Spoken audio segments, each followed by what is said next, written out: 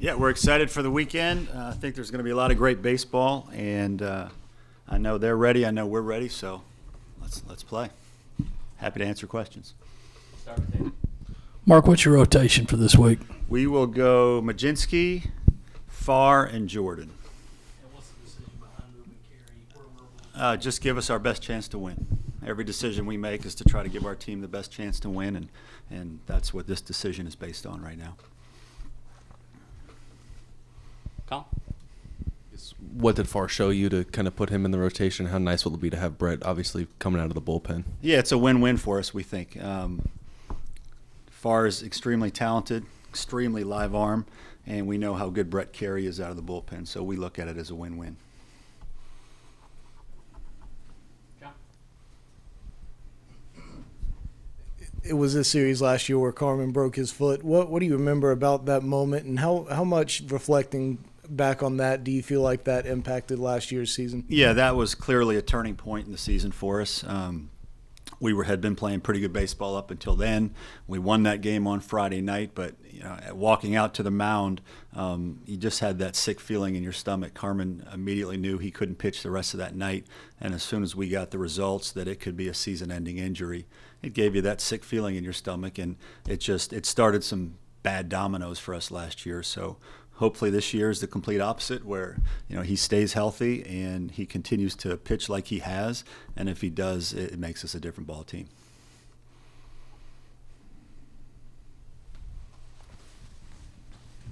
Come back, Rick.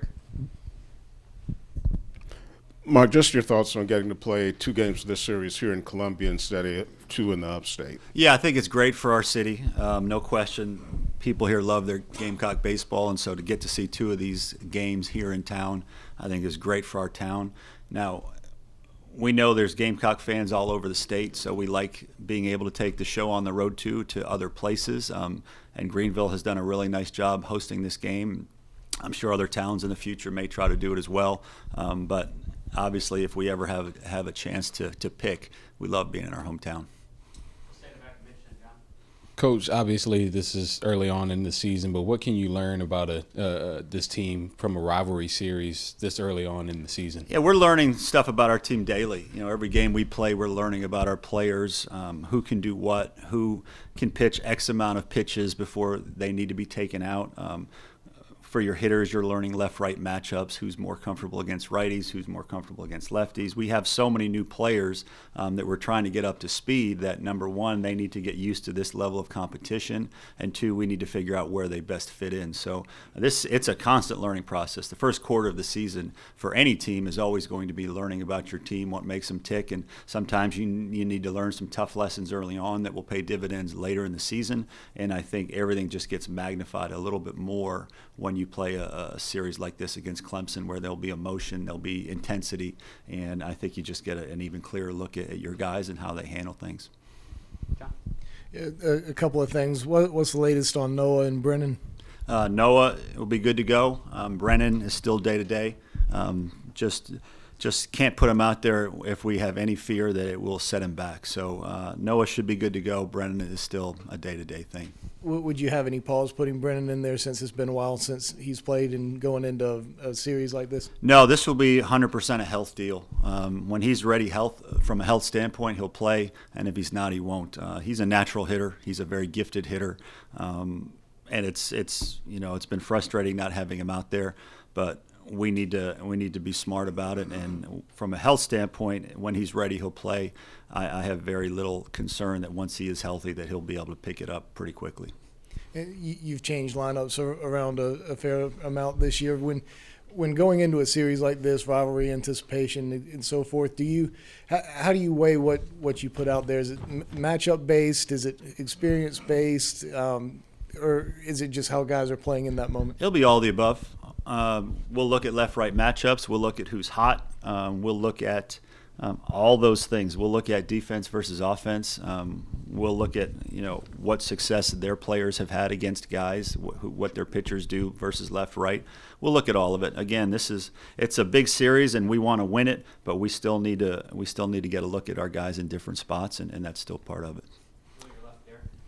Coach, both pitching staffs right now seem to be ahead of the hitting a little bit. I think the two averages are 187 and 189 against these two staffs. What stands out to you about what you've seen from Clemson's pitching so They've far? got really good stuff. You know, they've got some guys back from injuries. They've got some guys, some talented young guys, and they have just really good arms. So they attack the zone just like we do. They've got guys with really good stuff just like we do. So, you know, I think it'll be two pitching staffs really going at it blow for blow all weekend. Coach, I wanted to touch on the lineup a little bit too. It feels like you've been running out a different 9 each game. Do you want to get to a point where you have a more solidified order, or do you like the idea of kind of shifting guys around as you're learning more about them at this point in the season? I think every team in the country would love to have 9 all-stars that they run out there every day, and you know who your 1, 2, 3, 4, 5 are, etc. But it's also good to have options, and we have more than 9 guys that we can put out there. We've got, just looking at the stat sheet, we've got 1, 2, 3, 4, 5, 6, 7, 8 guys, 9 guys hitting 290 or better, basically. So we've got options, and you want that. And that's still without Brennan Malone playing yet. It's without Dallas Beaver really getting hot yet like we know he can. You want to have options because you need to play the matchup sometimes, and sometimes you're going to have injuries like we have right now where guys need to be able to step up. So we'll settle in as we go to maybe a little bit more consistent lineup the more we play. But a lot of guys are playing well, so a lot of guys deserve opportunities. Mark, with so many new players on your roster and going through this rivalry series for the first time, is it important maybe just to have a little chat with them to prepare them for the intensity and just the atmosphere that they're going to be running into? Yeah, our message to them will be: you've been prepared to play in games like this. We don't prepare to try to win meaningless games or midweek games. Everything we do is to prepare for the highest and the best competition and the biggest games, and then everything after that falls into place. So our message will be: have a lot of fun, compete your butt off, play to win, and let the chips fall where they may from there. Mark, I know there's always pressure to win games and especially pressure to win these games, but has there been a moment in your first 2 rivalry series where you've looked around and kind of appreciated the fun aspect of it? Yeah, I mean, from the very first game, first night here, 2 years ago, our first Clemson, South Carolina game was Adam Hill was lights out that night. We won that game, and it was just fun. It was a packed house, and it's what college baseball can be, whether it's there's a lot of great rivalries around the country. I happen to think this is the best, and so it's a lot of fun to be a part of. How would you evaluate this offense and the at-bats you're taking, 7 games in, 8 games in, and how do you judge on-field results compared to what you've seen on maybe the stats to show how hard guys are hitting it? Yeah, I mean, it's clearly a more well-rounded offense. It's an offense taking a much better brand of at-bats.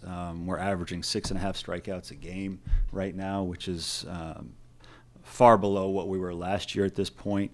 We're athletic enough to steal bases. We also have double-digit homers.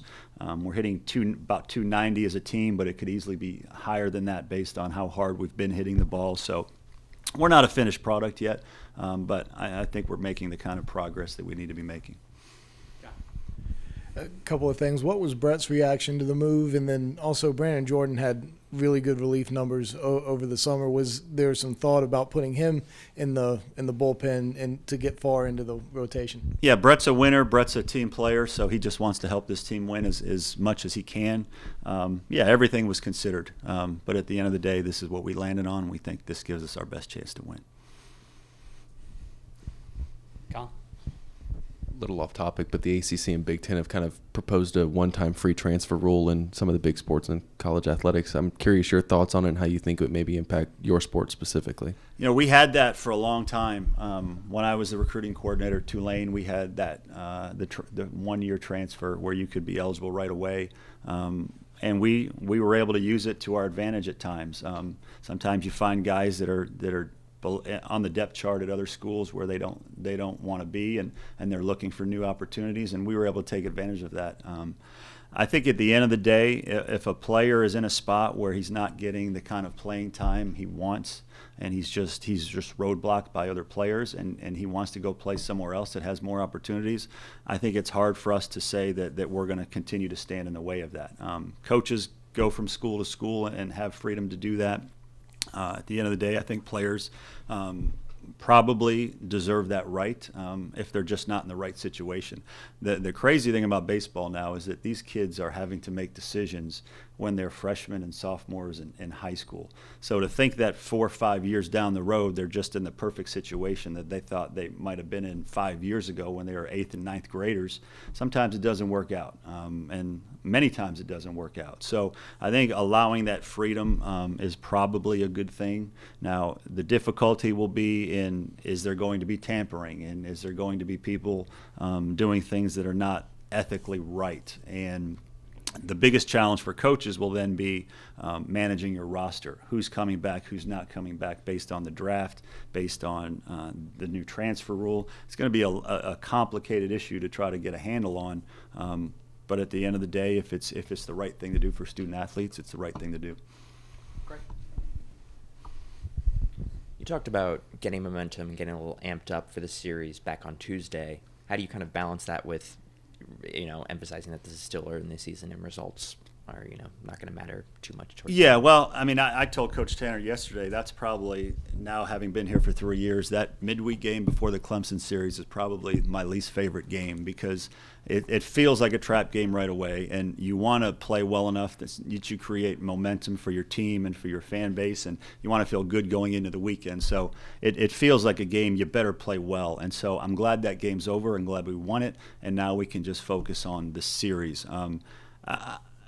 When you have a series like this, to me, there's less pressure in a series like this, because you're going to have two good teams playing really well.